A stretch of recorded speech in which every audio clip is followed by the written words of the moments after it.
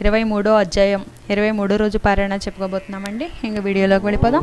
ఓం శ్రీ గణాధిపతే నమః. ఓం నమ శివాయ. జయ దుర్గామాత. ఓం నమో శ్రీ వెంకటేశాయ నమః. ఓం నమో శ్రీ షిరిడి సాయినాథాయ నమః. కార్తీక పురాణం 23వ అధ్యాయం. అగస్త్యముని పలికెను. అత్రిమునీంద్ర, పురంజేడు యుద్ధమునందు జయము పొందిన తర్వాత ఏమి చేసినో నాకు తెలియజెప్పుడు. అత్రి పలికెను.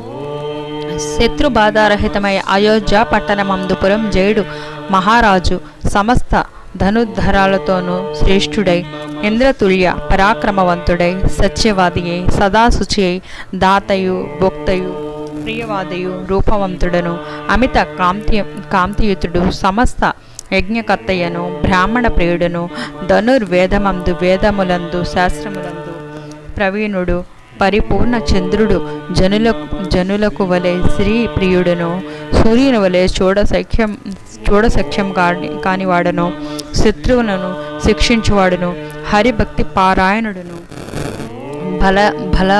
బలవంతుడును, కామ క్రోధ లోప మోహ మద మాశ్చర్యములను జయించిన వాడును,